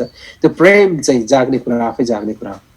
मैले तपाईँ ख्रिस्टप्रतिको दुल्हाप्रतिको प्रेम जगाउन सक्दिनँ, तर प्रिय त्यो प्रेम चाहिँ जब तपाईँले दुल्हाको प्रेमलाई बुझ्नुहुन्छ तपाईँभित्र त्यो प्रेम चाहिँ बगेर आउने कुरा हो। त्यस पछाडि चाहिँ 8 देखि 17 पदसम्म चाहिँ दुलहीको चाहना चाहिँ दुल्हासँगै हिँड्ने, अनि दुल्हाले दुलहीलाई पनि आफूसँगै आउनको निम्ति आह्वान गर्नुहुन्छ। 8 र 9 पद अहिले हामी पढ्नेछौँ। दुलहीले एउटा शक्तिशाली दुल्हा उनलाई भेट्नको निम्ति आउँदै गरेको दृश्य देख्छ। अब 8 र 9 पदमा चाहिँ दुलहीले दुल्हाको बारेमा वर्णन गर्छ, जुन दुल्हा चाहिँ उनलाई भेट्नको निम्ति आतुर साथ आउँदै हुनुहुन्छ। सुन मेरो प्रेमीको स्वर, नेपालीमा चाहिँ सुन भनेको चाहिँ अङ्ग्रेजी बिहोल्ड भन्ने शब्द नै छ, हेर, जोडसँग भन्दैछ, दुलहीले भन्दैछ हेर मेरो प्रेमीको स्वर, मेरा प्रेमीको स्वर, हेर त उहाँ आउँदै हुनुहुन्छ, पहाडहरू हम्फाल्दै डाँडाहरू हुँदो दगुर्दै उहाँ आउँदै हुनुहुन्छ। अघि तपाईँले के देख्दै हुनुहुन्छ यहाँ? दुलहीले चाहिँ आफ्नो दुल्हाको बारेमा त्यसरी वर्णन गर्दैछ। डाँडाहरूले पहाडहरूले जहिले पनि चुनौतीहरूलाई पनि जनाउँदछ, त्यो चुनौतीहरूलाई पनि नागेर दुल्हा चाहिँ आफ्नो दुलहीलाई भेट्नको निम्ति दगुर्दै आउँदै हुनुहुन्छ। थुप्रै अब्स्ट्याकलहरू, थुप्रै प्रकारको बाधा र विघ्नहरूलाई पनि छिचोल्दै दुल्हा चाहिँ आफ्नो दुलहीलाई भेट्नलाई आउनुहुँदछ। यो हेर भन्ने, बिहोल भन्ने, हेर भन्ने शब्द छ। तपाईँले याद गर्नुहुन्छ यो नयाँ करार थुप्रै ठाउँ चलाएको छ। तपाईँले यो नाको 1:29 पदमा हेरेर चाहिँ हेर संसारको पाप उठाले जाने परमेश्वर थुमा हेर भनेको छ। त्यो चाहिँ ध्यानलाई आकर्षण गर्नु खोज्दैछ। बिहोल, हेर, दुल्हा चाहिँ डाँडाहरू पहाडहरू नाग्दै आउँदै हुनुहुन्छ। अनि त्यो दुल्हा जो चाहिँ आफ्नो दुलहीको निम्ति मरिमेट्नलाई थुप्रै जीवनका अप्ठ्यारा दुःख र कष्टहरू झेल्दै आफ्नो दुलहीको साथ हिँड्नको निम्ति आउनुहुन्छ। मण्डली र ख्रिस्टको सम्बन्धलाई हेर्ने भने त ख्रिस्टले पनि दुःखको बाटो भएर आफ्नो दुलहीलाई आफ्नो बनाउनको लागि क्रुसको कष्टबाट भएर उहाँ जानुभयो, कलवरीको डाँडासम्म उहाँ जानुभयो, जहाँबाट उहाँले आफ्नो दुलहीलाई भेट्नुहुन्छ। कलवरीमा त्यो डाँडामा उहाँले भेट्नुहुन्छ। किनभने आफ्नो दुलहीलाई गरेको प्रेमको कारणले। यसकारण परमेश्वरले आफ्नो प्रेम यसमा प्रमाणित गर्नुभयो कि हामी पापी छँदै ख्रिस्ट हाम्रो लागि मर्नुभयो। प्रियहरू, दुल्हालाई त्यो चित्र, उनको दुल्हा चाहिँ त्यो पहाडहरू, त्यो अब्स्ट्याकलहरू, जीवनको थुप्रै उकाली ओह्रालेर नाग्दै त्यो कठिनाइहरूलाई पार गर्दै आफ्नो दुलहीको छ। अनि 9 पदमा चाहिँ मेरो प्रेमी त हरिन्द्र जवान मृग जस्तै हुन्छ, उहाँ पर्खालको पछाडि उभिनु भएको छ, उहाँले झ्यालहरूबाट हेर्नुहुन्छ, आँखी झ्यालबाट उहाँ चियाउनुहुन्छ। दुल्हाको आफ्नो दुलहीप्रतिको गहिरो तृष्णा छ। अनि दुलहीले भन्छ मेरो दुलहा चाहिँ मृग जस्तै। तपाईँले यहाँ चाहिँ मृगले जहिले पनि पहाडमा हिँड्ने त्यो मृगलाई तपाईँले याद गर्नुहुन्छ, जसले चाहिँ पहाडहरू नाग्दै कठिनाइहरू नाग्दै दगुर्दै आफ्नो दुलहीको निम्ति आउनुहुन्छ। दुलहालाई भेट्ने प्रतीक्षामा जहिले पनि दुलहा चाहिँ रहनुहुन्छ भन्ने कुरालाई यहाँ उसले इङ्गित गर्दछ। ख्रिस्ट र मण्डलीको सम्बन्धलाई चाहिँ हामी जोड्ने भने चाहिँ ख्रिस्टले चाहिँ आफ्नो मण्डलीको लागि सम्पूर्ण कुराहरू छोड्नुभयो, स्वर्ग पनि छोड्नुभयो, यस पृथ्वीमा उहाँले कष्ट सहनुभयो। मर्कुसले त भन्छ उहाँ चाहिँ इज अ सफरिङ सर्भेन्ट, कष्टको सेवक भएर उहाँ आउनुभयो, कष्ट भोग्नलाई उहाँ आउनुभयो। के को लागि? आफ्नो दुलहीको लागि। यसको फिलिपीले भन्छ उहाँ दास बन्नुभयो के को लागि? आफ्नो मण्डलीलाई उचाल्नको लागि। एफिसी 5 अध्याय भन्छ ख्रिस्टले चाहिँ आफ्नो प्राण दिनुभयो। किन दिनुभयो? आफ्नो दुलहीलाई उचाल्नको लागि, आफ्नो दुलही आफ्नो मण्डलीलाई उचाल्नको लागि। ख्रिस्टले किन प्रेम गर्नुभयो? आफ्नो दुलहीलाई उचाल्नको लागि, आफ्नो मण्डलीलाई उचाल्नको लागि। प्रियहरू, ख्रिस्टले जे पनि गर्नुभयो, तपाईँहरूले जति पनि दुःख सहनुभयो, त्यो एउटै कारणले हो, आफ्नो मण्डली प्रतिको प्रेमको कारणले हो। यसका तपाईँ र म मण्डलीले चाहिँ त्यो प्रेमलाई चाहिँ कसरी बुझ्दैछौँ, यसका त्यो कुरा चाहिँ तपाईँहरूमा जबसम्म बुझ्दैन तबसम्म हाम्रो प्रेम चाहिँ जाग्दैन, कसैले जगाउन पनि सक्दैन। जबसम्म हामीले परमेश्वरको प्रेमलाई हामीले बुझ्न सक्दैनौँ, दुलहाको प्रेमलाई जबसम्म बुझ्दैनौँ, हाम्रो हृदय आफै जाग्न सक्दैन। त्यस पछाडि 10 देखि 13 चाहिँ दुलहाले आफ्नो दुलहीलाई सँगसँग हिँड्नलाई आह्वान गर्नुहुन्छ। मेरो प्रेमी बोल्नुभयो र मलाई भन्नुभयो, उठ मेरी प्यारी मेरी सुन्दरी मसित आओ। हेर हिउँद पनि बित्यो, वर्षा पनि सिद्धियो, पृथ्वीमा फुलहरू देखा पर्न थाले, गीत गाउने समय आयो, ढुकुर कुलेको स्वर हाम्रो देशमा सुनिन्छ, अन्जिरका बोटमा अन्जिरका हरिया दाना लागेका छन्, दागबारीमा दागको फुलले मिठो बास्न फिजाउँछ। उठ मेरी प्यारी मेरी सुन्दरी मसित आओ। तपाईँले याद गर्नुहुन्छ अब दुलहाले चाहिँ दुलहीलाई आह्वान गर्नुहुन्छ आफ्नो सँगमा हिँड्नको लागि, र दुलहीलाई भन्नुहुन्छ उठ मेरी प्यारी मेरी सुन्दरी मसित आओ। ख्रिस्टले तपाईँ र मलाई आह्वान गर्दै हुनुहुन्छ उहाँसँग हिँड्नको लागि, तर तपाईँ र मेरो रेस्पोन्स चाहिँ के छ त? कि हामी ख्रिस्ट सँगसँग हिँड्नलाई हामी मन्जुर छौँ।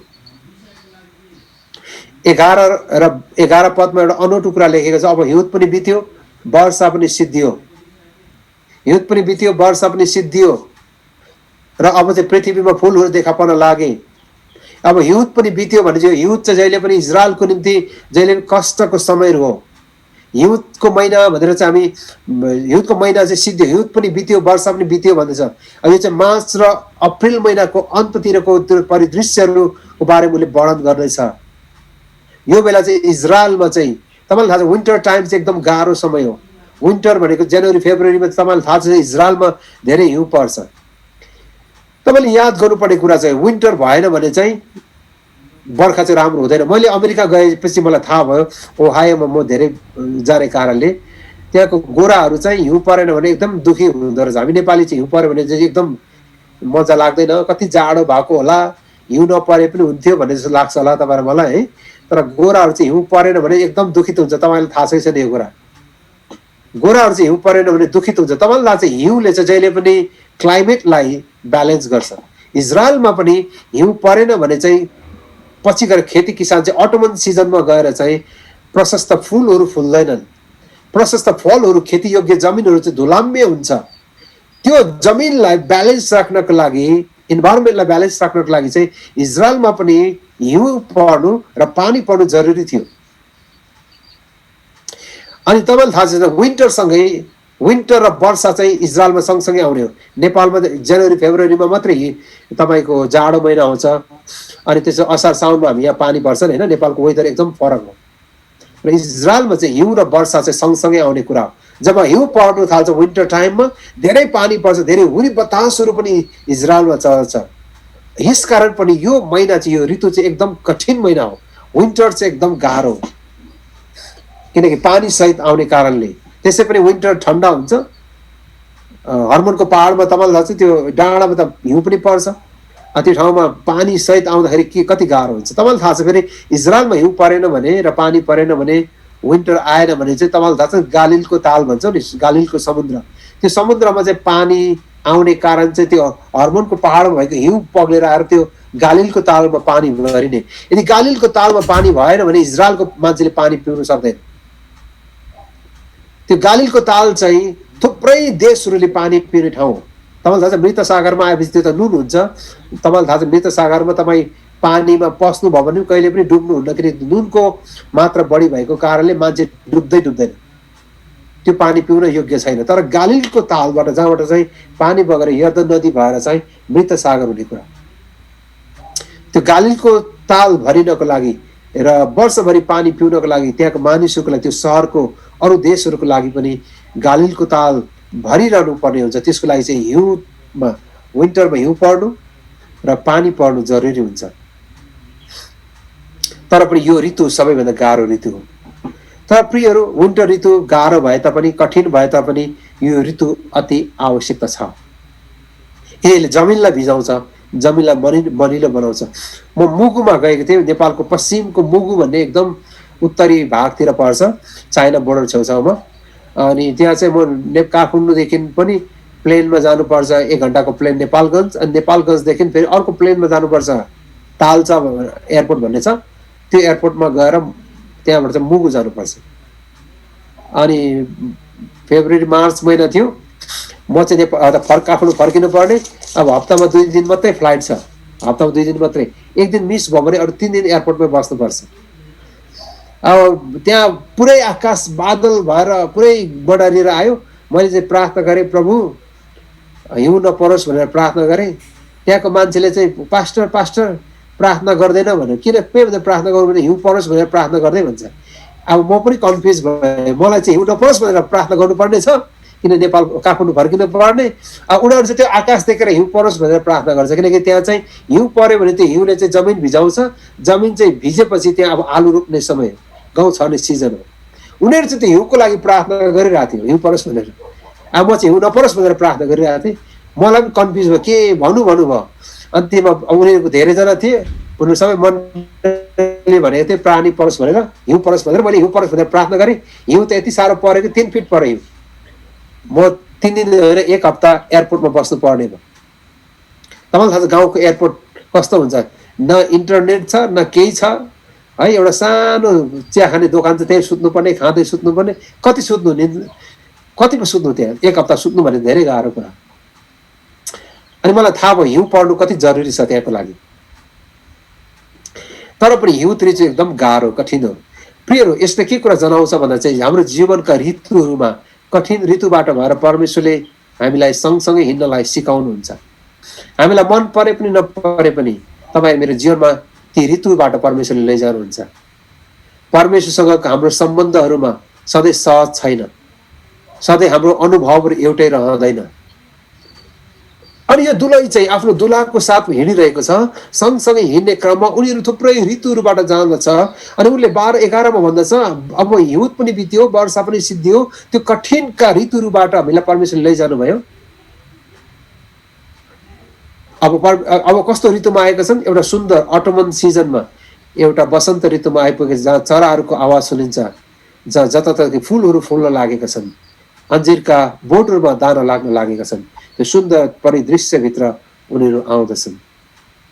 अब ख्रिस्ट येशू र तपाईँ र मेरो सम्बन्ध चाहिँ, तपाईँ र म ख्रिस्टको दुलैहरू, मण्डलीहरू, ख्रिस्ट येशूसँगको तपाईँ र मेरो जीवनका अनुभवहरू सधैँ एकनाश छैनन्। जीवनका थुप्रै ऋतुबाट परमेश्वरले हामीलाई लैजानु भयो। अहिले हामीहरू एकदम डरलाग्दो ऋतुबाट हामी गइरहेछौँ। यो चाहिँ पेन्डेमिक सिजनबाट, एउटा ऋतुबाट हामीलाई परमेश्वरले लैजाँदै हुनुहुन्छ। अनि यो ऋतु तपाईँ मेरो लागि इजरायलको त्यो यो खण्डबाट हेर्ने हो भने यो ऋतु त इजरायलको निम्ति हिउँद र वर्षाको ऋतु जस्तै छ, एकदम कठिन छ। त्यो ऋतु कहिले जाला भनेर हामी पर्खन्छौँ, किन त्यो ऋतुमा यति ठुलो हुरी बतास आउँछ, हिउँ परेको परेछ, पानी परेको परेछ, कस्तो हुन्छ, बाहिर निस्कनु सक्दैन।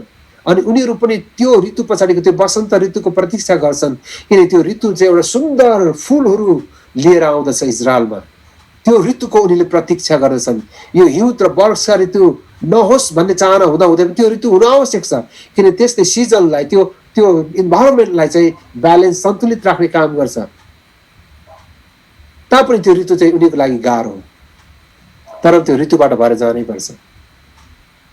तपाईँ मेरो क्रिस्चियन जीवनका ऋतुहरू पनि थुप्रै ऋतुबाट परमेश्वरले हामीलाई लानु भएको छ। तपाईँले विश्वास गरे यता थुप्रै प्रकारको विश्वासको जीवनमा अप्स एन्ड डाउनहरू आयो होला। सधैँ तपाईँले क्रिस्चियन जीवनमा सजिलो मात्रै अनुभव गर्नु भएन होला। लट अफ ट्रायल्सहरू, तपाईँले कठिनाइहरूबाट, आपद विपदबाट भएर तपाईँ जानुभयो। यो जीवनको एउटा ऋतु हो, हिउँद र वर्षाको ऋतु जस्तै हो। तर तपाईँ र मेरो ख्रिस्टसँगको यो कठिन समयहरूमा पनि हामी उहाँसँग हिँडिरहन सकौँ। अघि मैले भने उहाँको विश्वास योग्यता, उहाँको दाहिने हातले हामीलाई सम्हाल्नु हुँदैछ, उहाँको छारीमा हामीलाई उहाँले सुरक्षित राख्नुहुनेछ। यसको यो पेन्डेमिक टाइमहरूमा तपाईँ र मेरो जीवनमा आउने यी समस्याहरू, यो चुनौतीहरूबाट हामी गइराखेका छौँ। अनि यो चाहिँ वान अफ द डिफिकल्ट एउटा सिजनबाट हामी अहिले गइराखेका छौँ। अहिले इतिहासमा मलाई लाग्छ धेरै थोरै मानिसले यो कुराको अनुभव गरेको छ। मलाई थाहा छैन हाम्रो आउने जेनेरेसनले, हाम्रो छोराछोरीको पुस्ताले यो प्रकारको अनुभव गर्छ गर्दैनन्। हाम्रो बाजेहरूले यो कुरा अनुभव गरे कि गरेनन्। मेरो बाजेले उहिले भन्ने चाहिँ खालि 90 सालको भुइँचालो मात्रै भन्नुहुन्थ्यो होइन। उहाँले त्यो सम्झिँदाखेरि चाहिँ झिरिङ्गै हुन्छ भन्नुहुन्छ। हामीले चाहिँ 2015 सालको भुइँचालो नेपालमा काठमाडौँमा अनुभव गऱ्यौँ। त्यो सम्झिँदा झिरिङ्ग हुन्छ। तर अहिलेको पेन्डेमिक चाहिँ झन् झिरिङ भन्दा पनि अरू थुप्रै झिरिङ्ग हुन्छ हाम्रो जीवन। कतिजनाको सम्झँदाखेरि पनि होइन, हामीलाई डराउने थुप्रै कुराहरू पनि छन्।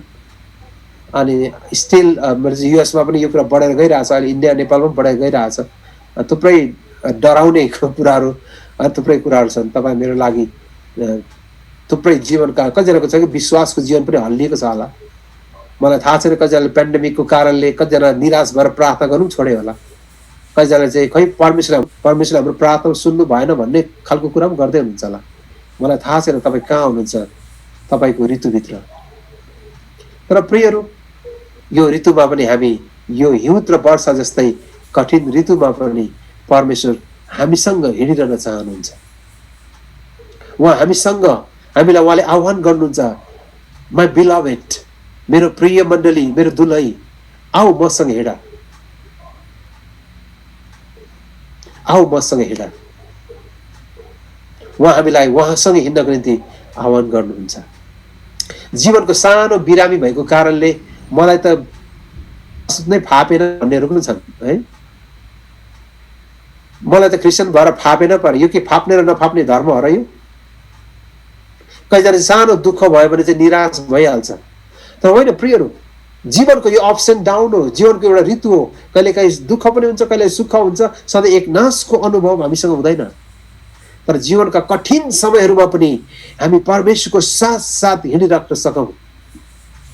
उहाँ त हामीसँग सधैँ नजिक हुनुहुन्छ। हिब्रू 13:5 भन्छ, म तिमीलाई कहिले त्याग्ने छैन, म तिमीलाई छोड्ने छैन। मत्तीको 28:20 भन्नुहुन्छ, जगतको अन्तसम्म म तिमीहरूको साथमा छु। यो उहाँको प्रतिज्ञा हो। एक उहाँ विश्वासयोग्य, हाम्रो दुल्हा जो ख्रिस्ट चाहिँ विश्वासयोग्य हुनुहुन्छ। तर क्वेसन चाहिँ यहाँ छ, तपाईँ र म चाहिँ आफ्नो दुल्हाप्रति, ख्रिस्टप्रति विश्वासीको छौँ कि छैनौँ त? Are you ready to walk with God in the time of pandemic?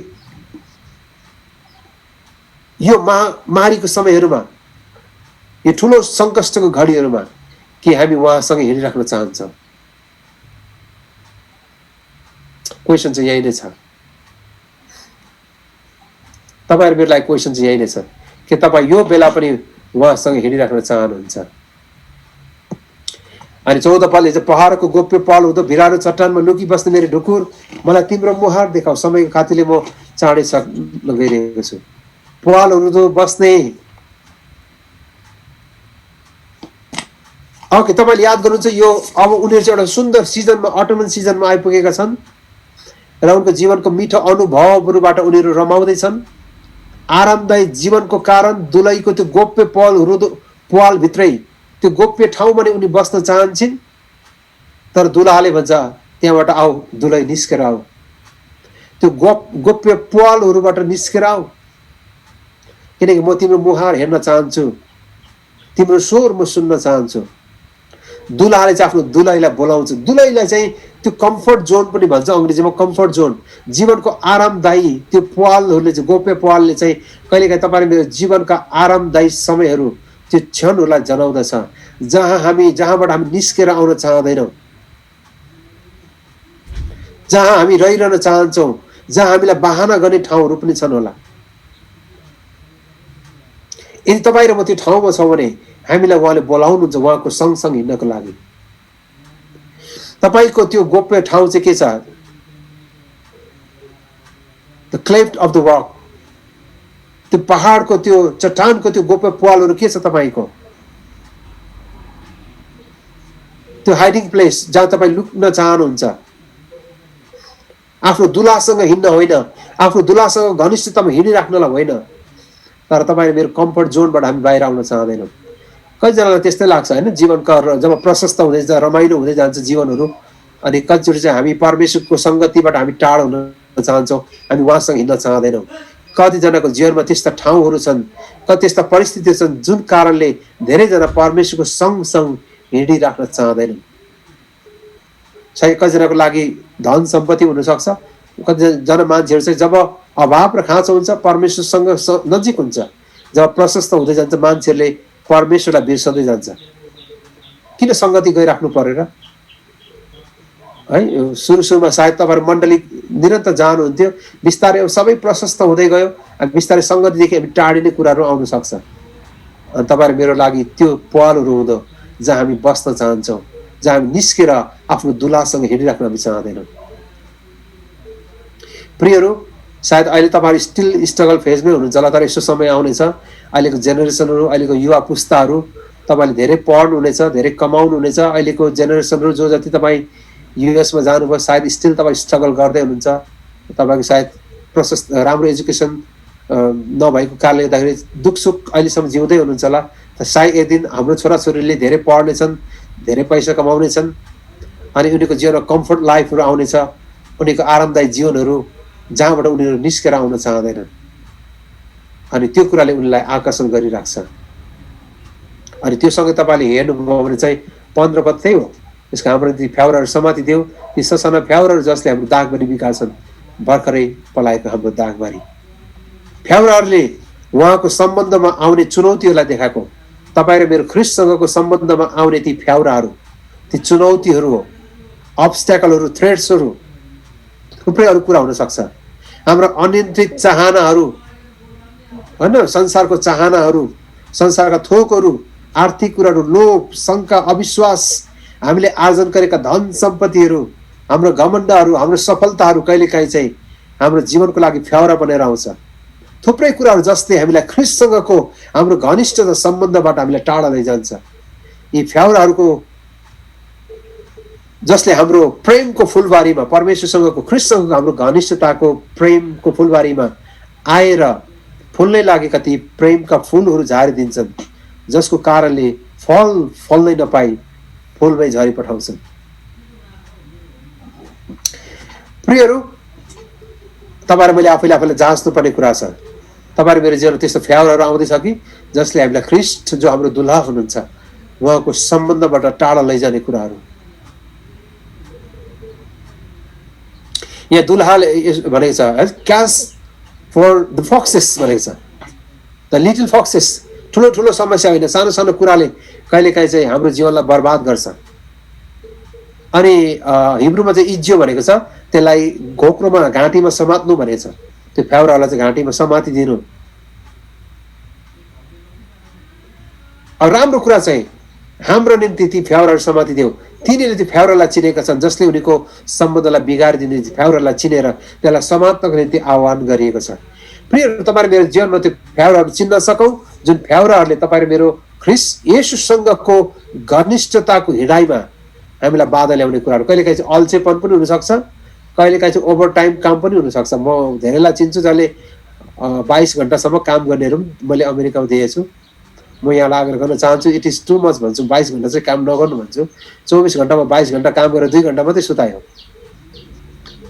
अब ओभर टाइम भनेको तपाईँले 8 घन्टा काम गर्ने भने 10 देखि 12 घन्टासम्म काम गर्नु त्यति ठुलो समस्या नहोला, तर एउटा मान्छेले 22 घन्टा काम गर्नु भनेको चाहिँ धेरै गाह्रो। ऊ बिस्तारै शारीरिक रीतिले कमजोर हुँदै जान्छ र उसले आराधनाका सङ्गतिका समयहरू, आफ्नो पारिवारिक समयहरू उसले छुटाउँदै जान्छ। त्यो कुराले अन्ततः उसलाई आफ्नो क्षेत्रलाई गम्भीर असर पुर्याउने कुरा हो। उनले चाहिँ वर्कहलिजम भन्छ होइन, काम काम काम भन्ने। सङ्गतिमै नआउने। कतिजनाको जीवनको लागि काम नै परमेश्वर भएर जान्छ, त्यो पनि उसको जीवनको लागि फ्याउरा हो। अनि त्यो फ्याउरालाई हामीले चिन्नु पर्यो। यहाँ दुलहा र दुलहीले चाहिँ त्यो फ्याउरालाई चिन्छ अनि उसले भन्छ हाम्रो निम्ति समाति देऊ। हिब्रूमा त इज्जो, त्यसलाई घाँटीमा समाते, ठिक ठाउँमा पकाउनु भनेको। फ्याउरालाई पुछारमा समात्यो भने चाहिँ फर्केर टोक्छ। समस्यालाई पनि चुनौतीलाई ठिक ठाउँमा हामीले पकाउनुपर्छ। यदि तपाईँ र मेरो जीवनमा आउने ख्रीष्ट येशूसँगको सम्बन्धलाई ध्वस्त बनाउने कुनै कुराहरू छ भने त्यसलाई हामीले पकाउनुपर्छ, त्यसलाई समाधान गर्नुपर्छ। यदि तपाईँ र मेरो जीवनको व्यस्तताको कुराहरू, कहिलेकाहीँ घमण्डको कुराहरू हुनसक्छ, आर्थिक कुराहरू, लोभ, शङ्का, अविश्वासको कुराहरू, खै मलाई त प्रार्थनामा पनि विश्वास लाग्दैन, त्यो चाहिँ शङ्का शैतानले ल्याउने कुराहरू, फ्याउराहरू आइराख्छन्। ती ससाना फ्याउराले कहिलेकाहीँ हाम्रो ख्रीष्टसँगको प्रेमको सम्बन्धलाई ध्वस्त बनाउनेछ। यसका प्रियहरू, त्यो सम्बन्धलाई विध्वंस गर्ने कुरालाई हामीले चिन्न सकौँ। यो फ्याउरालाई चाहिँ अहिलेको मोडर्न हिब्रू भाषामा चाहिँ टेरोरिस्ट भनेको रहेछ। टेरोरिस्ट भनेको बुझ्नुहुन्छ होला नि, टेरोर गर्नेहरू, आतङ्क मच्याउनेहरू भनेको। मलाई मन पर्यो यो शब्द चाहिँ, यो हिब्रू मोडर्न हिब्रू शब्द चाहिँ टेरोरिस्ट भन्ने। फ्याउरालाई चाहिँ टेरोरिस्ट पनि भनेको छ।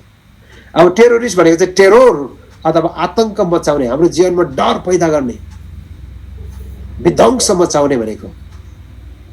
टेरोरिस्टहरूले जहिले पनि शान्ति ल्याउँदैन, अशान्ति ल्याउँछ।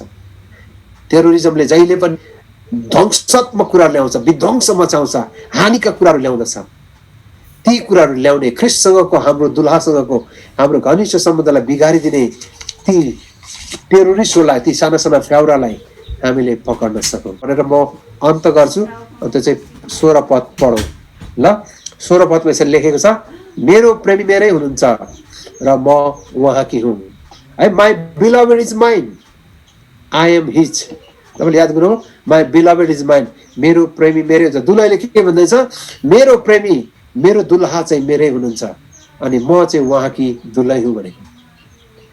आज मण्डलीहरू हामीले यसो भन्न सकौँ, प्रभु तपाईँ मेरो प्रेमी हुनुहुन्छ, मेरो दुलहा हुनुहुन्छ अनि म चाहिँ तपाईँको दुलही हुँ।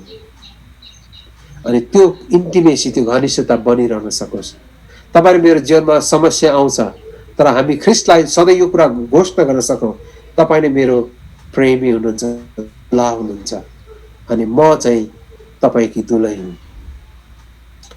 परमेश्वरले यहाँ सबैलाई आशिष दिउन् र यो ऋतुहरूमा हाम्रो जीवनका विश्वासका थुप्रै ऋतुबाट परमेश्वरले हामीलाई लैजाँदै हुनुहुन्छ। यो ऋतुहरूमा पनि हामीहरू निरन्तर रूपमा उहाँसँग हिँडिराख्न सकौँ। अहिले पेन्डेमिकका ऋतु छन्, एकदम गाह्रो, इजरायलको हिउँद र वर्षा ऋतु जस्तै छौँ होला। अनि त्यो ऋतुबाट भएर जाँदा पनि हामी उहाँसँग हिँडिराख्न सकौँ। परमेश्वरले यहाँ सबैलाई प्रशस्त आशिष दिउन्। मण्डली परिवार सम्पूर्ण पास्टर्स यहाँ सबैलाई परमेश्वरले आशिष दिउन्।